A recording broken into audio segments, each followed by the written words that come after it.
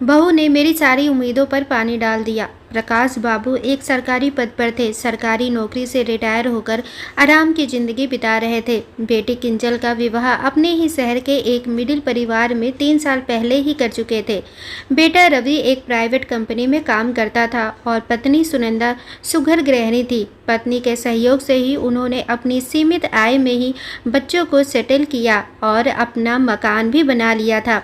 अब वे रवि का विवाह करके अपनी आखिरी जिम्मेदारी से मुक्त होना चाहते थे। बहू के संबंध में सुनंदा जी की एक विशेष इच्छा थी। अपने साथ उठने बैठने वालों के मुख से जब नौकरी वाली बहू की बातें सुनती थीं तो सोचती थीं कि काश मुझे भी नौकरी वाली बहू मिल जाए।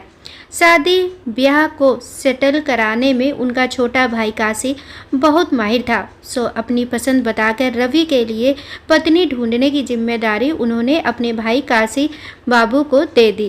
काशी बाबू ने भी इस काम में तनिक भी देरी नहीं की और अपने ही गांव के एक परिचित की बेटी सुमन, जो सुंदर सुशील होने के साथ साथ सुनंदा जी के ही शहर के एक अस्पताल में महिला की डॉक्टर भी थी, उससे रवि के विवाह की बात चला दी। सुनंदा जी के लिए तो लड़की नौकरी करती है यही बहुत था और प्रकाश बाबू ठहरे पत्नी के अनुचर। बस एक दिन सुनंदा जी सपरिवार अपने होने वाली बहू को देखने चल दी। रवि और सुमन ने भी एक दूसरे को पसंद कर लिया और उसी दिन अंगूठी पहनाकर सगाई की रस्म पूरी कर दी गई। शुभ मुहूर्त में सुनंदा जी ने बेटे का विवाह कर दिया और सुमन को बहू बनाकर ले आई।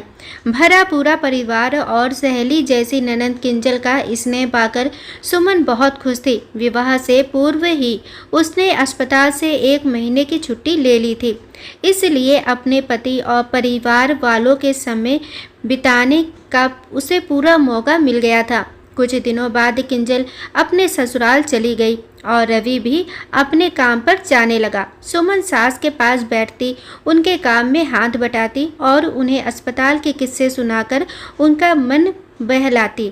उसने भी तो ऐसे ही ससुराल की कल्पना की थी जो उसे मिल गया था। सुनंदा जी तो इतनी खुश थीं कि अपने पति और रिश्तेदारों को कहती रहती कि मेरी तो अब सारी उम्मीदें पूरी हो गई हैं। 1 महीने की छुट्टी खत्म होते ही सुमन अस्पताल जाने लगी। जाने से पहले वह सास ससुर का नाश्ता, दवाइयाँ, फल, दूध आदि सब तैयार कर जाती। कुछ रह जाता तो अस्पताल से घर के नौकर को फ़ोन करके पूरा करने का याद दिला देती थी। अस्पताल से आने पर भी सारे काम पर उसकी बराबर नज़र रहती थी, लेकिन पहले जैसा सास के पास अब वह बैठ नहीं पाती थी। कभी कभी तो उसे रविवार को भी अस्पताल जाना पड़ जाता था और यही बात सुनंदा जी को खलने लगी। सुनंदा जी को उम्मीद थी कि अस्पताल के काम के साथ साथ सुमन घरेलू बहू की जिम्मेदारी भी निभाएगी, लेकिन ऐसा करना सुमन के लिए तो कतई संभव ना था। उसके मरीज महिलाएं थीं जिन्हें देखना उसकी प्राथमिकता थी। बस इसी बात पर सुनंदा जी ने अपनी बहू से दूरी बना ली। उसके कुछ पूछने पर हाँ हूँ कह देती, यहाँ तक कि बेटी को फ़ोन करके कहती कि मेरी उम्मीदों पर तो पानी फिर गया। एक दिन उनका भाई काशी बहन से मिलने आए तो उस पर बरस पड़ी कि तूने तो मुझे ठग दिया, दूसरों की बहुओं को देखो और एक हमारी है।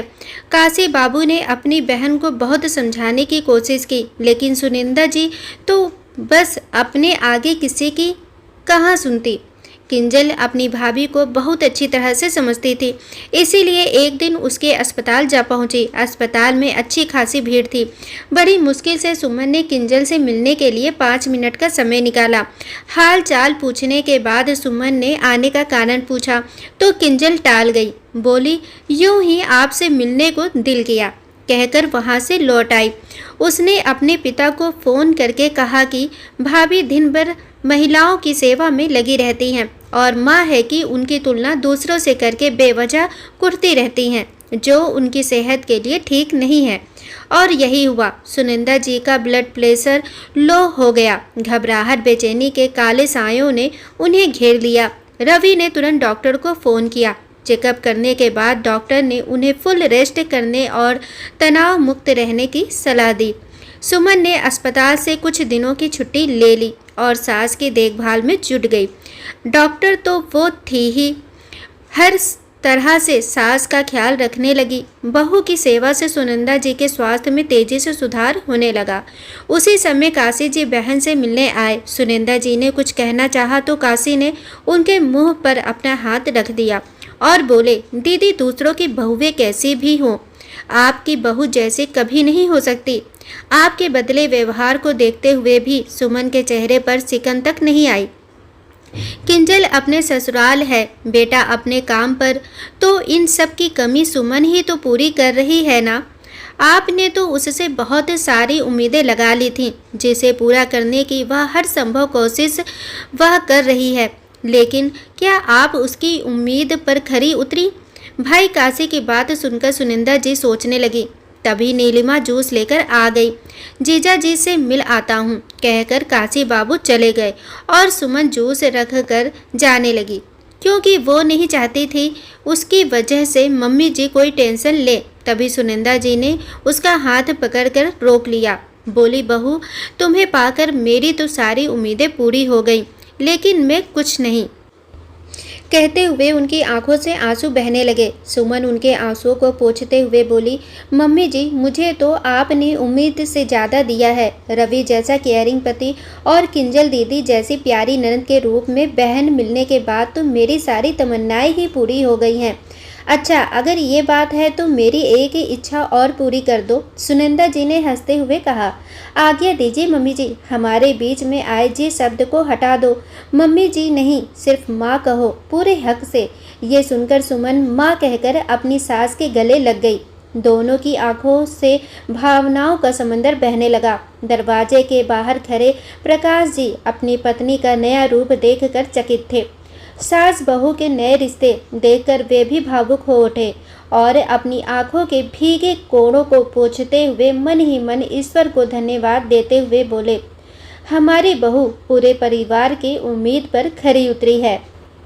सच है, हम सभी एक दूसरे से तो उम्मीद लगा लेते हैं, लेकिन बात तब बनती है जब हम भी दूसरों की उम्मीद पर खरे उतरें, अपनों के चेहरों पर मुस्कान लाए। बहू बहू होती है, कोई काम की मशीन नहीं जो वो बाहर और अंदर सब देखे। जैसे हम चाहते हैं बहू आए हमारा और हमारे परिवार का ख्याल रखे, ऐसा ही हमें भी करना चाहिए। हमें भी बहू का पूरा ख्याल रखना चाहिए। दोस्तों, आशा करती हूँ कि आप लोगों को यह कहानी ज़रूर पसंद आई होगी। कहानी पसंद आई हो तो प्लीज़ चैनल को लाइक, शेयर एंड सब्सक्राइब करें। Thanks for watching.